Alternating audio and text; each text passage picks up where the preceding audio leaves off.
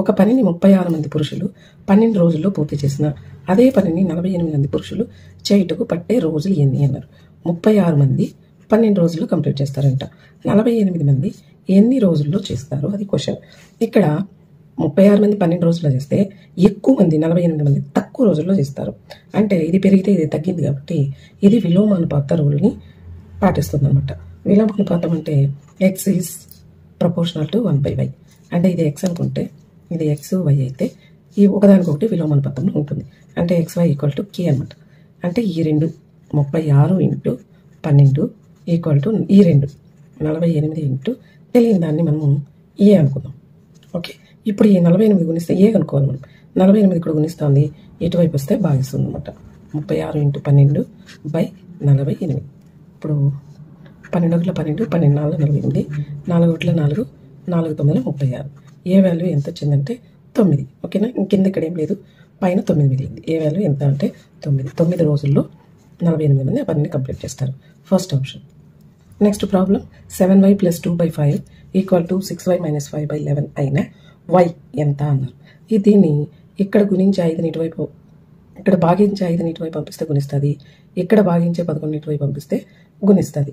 Okay, కాబట్టి 11 × 7y + 2 = ఈ 5 ఇటువైపు వెళ్తే గుణిస్తుంది. ఓకే, 5 × 6y - 5 11 ఏళ్ళ 77y + 11 × 22 = 5 6 30y మైనస్ ఇక్కడ మైనస్ ఉంది కాబట్టి 5 5 25. ఇప్పుడు ఈ వైని ఇటువైపు, ఈ నెంబర్ని అటువైపు పంపిస్తాం. ఓకేనా, ఇక్కడ 75y, ఈ 30y అనేది ఇక్కడ ముందర ప్లస్ ఉంది కదా, ఏమీ లేదంటే ప్లస్ ఉన్నట్టు, ఇటువైపు వస్తే -30y అవుతుంది.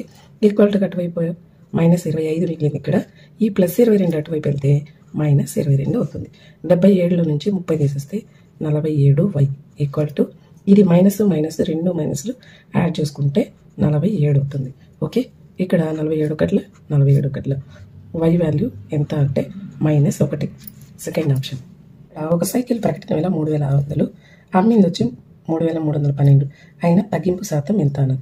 ఫస్ట్ ఇంత ప్రకటించారు, ఇంత అమ్మారు, అప్పుడు ఎంత తగ్గింపు చేశారు అంటే 3600 ఫస్ట్ చెప్పి 3312కి అమ్మారు.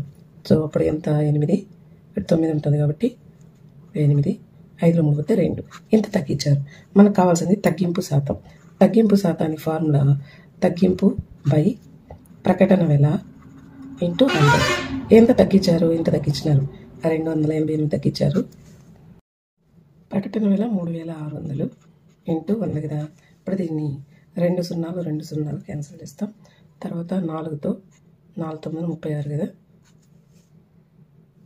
4 7 4 2 మళ్ళీ 9తో 9 1 9 9 8 లవంలో 8% మిగిలింది, హారంలో ఏమీ లేదు, 8 మిగిలింది. సో 8%. 15,000 కొన్నారు, 14,100కి అమ్మినారు. సో నష్టానికి అమ్మినారు. 10లో 1 పోతే 9. ఓకే, 900 నష్టం. మనకు కావాల్సింది నష్ట శాతం. నష్ట శాతం = నష్టం బై కొన్న వేల × 100 సూత్రం.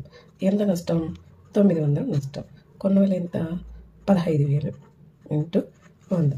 ఇప్పుడు క్యాన్సిల్ కొడతాం. ఇక్కడ 2 0 2 0, ఇక్కడ ఒక 0 ఇక్కడ ఒక 0, 5తో 15 1 15తో పోతుంది కదా, 15 6 90. ఓకే, 6. ఎంత నష్ట శాతం అంటే 6. నెక్స్ట్ ప్రాబ్లం చూస్తే ఇక్కడ నెంబర్స్ ఇచ్చారు. రాసుల అంకగణిత మధ్యమం అన్నారు. అంకగణిత మధ్యమం అంటే ఏమి, రాసుల మొత్తం బై రాసుల సంఖ్య.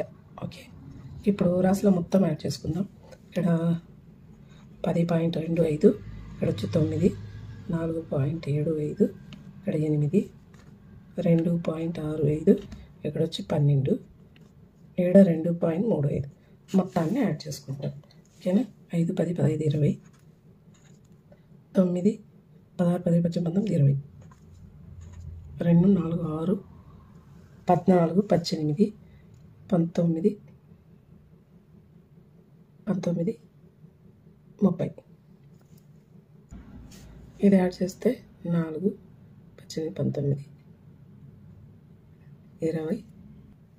నెక్స్ట్ దీన్ని యాడ్ చేసుకుంటే 2 11 15 25 29. ఓకే, ఇక్కడ 2 9, 2 ఇది 1 3 ఇది 4, 49 వచ్చిందన్నమాట. రాసుల మొత్తం 49. రాసుల సంఖ్య అంటే ఎన్ని?